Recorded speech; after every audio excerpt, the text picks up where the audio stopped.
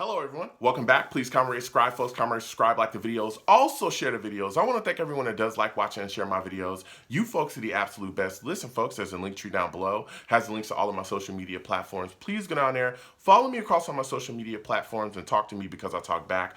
Also down there as well as the links to all of my YouTube pages. Please go down there, subscribe to all my YouTube pages and turn on your notifications so when I post content, you folks will be in the know.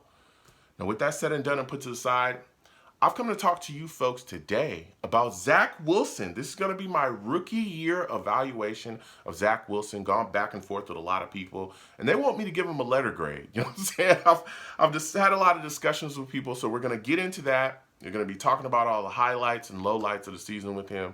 I'm not going to cover every single game. That would take forever, but we're definitely going to talk about, some of the things he did this year and some of the promise that I believe that he shows for the New York Jets and the future of the New York Jets with him as our franchise quarterback. So when I look at Zach Wilson and I look at his rookie year, I'm going to give his rookie year a C+. That's the letter grade I'm going to give it. I'm going to give it a C+. And I'm going to give it a C+ because there were some struggles, particularly early in the year, but there were some really strong points, I think, towards the end of the year that really showed us something and showed that, he's kind of, the lights are turning on, he's getting it rolling, and that he can be a real threat in the future for us as long as we continue to build around him, and I'll get into that. You look at the early season stuff, and boy, let me tell you, there were some times. There were some times during this year where it was just like, what is going on out here? But again, rookie quarterbacks, you have those things.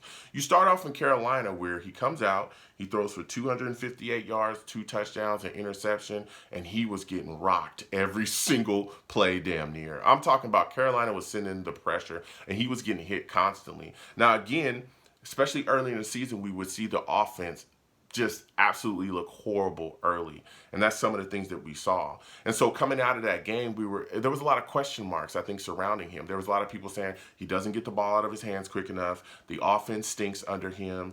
There were some question marks about the play calling as well. So there was a lot of issues. And then there were some people just saying, hey, look, we can't even keep this kid upright. This offensive line is so bad, he's getting blasted left and right. What do you expect him to do?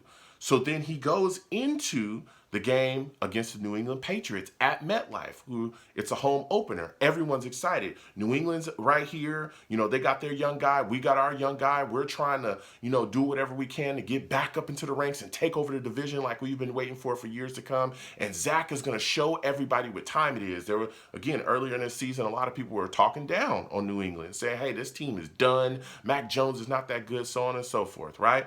So we're all excited about this game. Home opener, we're ready to go. He comes out and stinks it up. 4 interceptions. He gets sacked 4 times in the game. The offense looks horrific, and there's just complete eruption from the fan base. I mean, some of the throws that he tried to make in that game were really bad. And again, that Patriots defense just ate him up. I mean, they did what they needed to do. And Belichick is known for making life very tough on rookie quarterbacks. And let me tell you something. Zach looked like he just was a deer in headlights. There was a lot of throws that he was trying to make, balls he was trying to put in places where they just did not fit. It was just bad in that game. And then the dominoes just continued to kind of fall because you go into the game against Denver, he looks bad there too. 2 interceptions in that game. He gets sacked 5 times.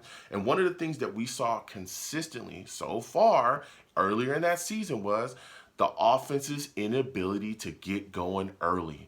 Just dead starts where they would come out and it would be nothing for the first quarter. It would be nothing damn near for the first half, where you would not see them do anything positive at all. And you were just wondering, like, what is going on out here?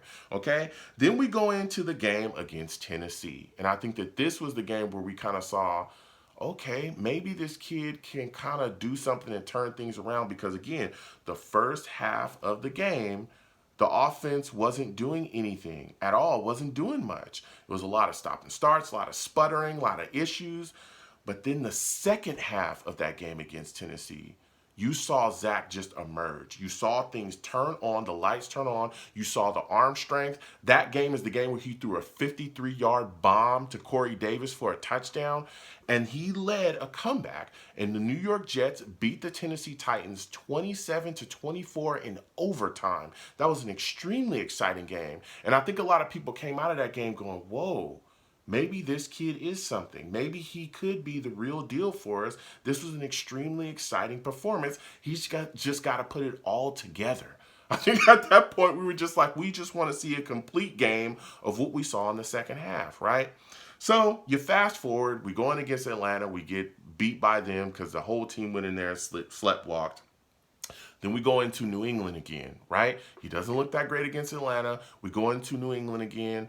Now it's time to play Belichick again. Let's see if Zach Wilson has learned. Well, Zach Wilson comes out of that game with a PCL injury, gets hit multiple times during that game. We thought he tore his ACL, just ended up being a PCL injury, so then he sits down for a couple of weeks. In comes Mike White, all right?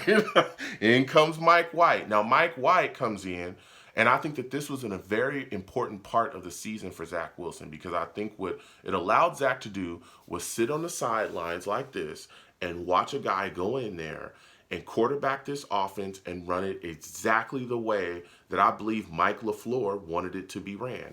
Getting the ball quickly out of his hands, you know, putting the ball in the hands of playmakers, hitting the check downs, which Zach had struggled with, not looking to launch the football down the field 24 hours a day like Zach was struggling with early in the season, and just taking what the defense gave him. That was also another knock early in the season by the coaching staff on Zach Wilson publicly. They came out and said, hey, he's got to learn how to play boring football. Just take what the defense gives you. Stop trying to look for everything downfield and chucking the football downfield, you know, because again, Zach Wilson is known for having a big arm, but he was just taking a lot of chances and a lot of risks that you cannot take in the NFL. So Mike White came out, and Mike White against Cincinnati was phenomenal. He led the first scoring drive in the first quarter that the New York Jets had all season, and the offense was clicking under him.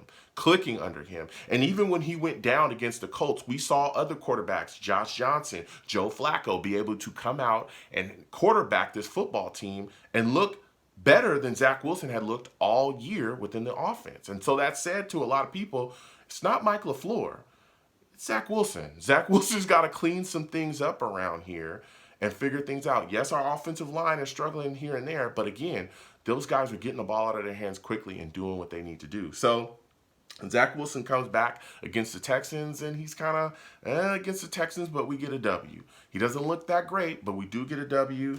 He had 145 yards throwing the football, had an interception.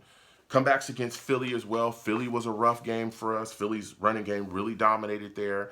But I think where we really saw the big thing out of Zach Wilson was the last 5 games. That's where we saw a lot of promise. There was no interceptions in the last 5 games.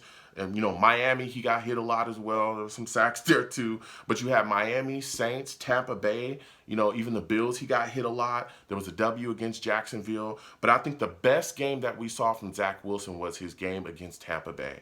That was where we saw him come out, get the ball out of his hands. He was aggressive, got the ball in the hands of his playmakers, did whatever it took. He dissected the defense quickly. He looked amazing in that football game, and I think that's the most complete game that he's played all season.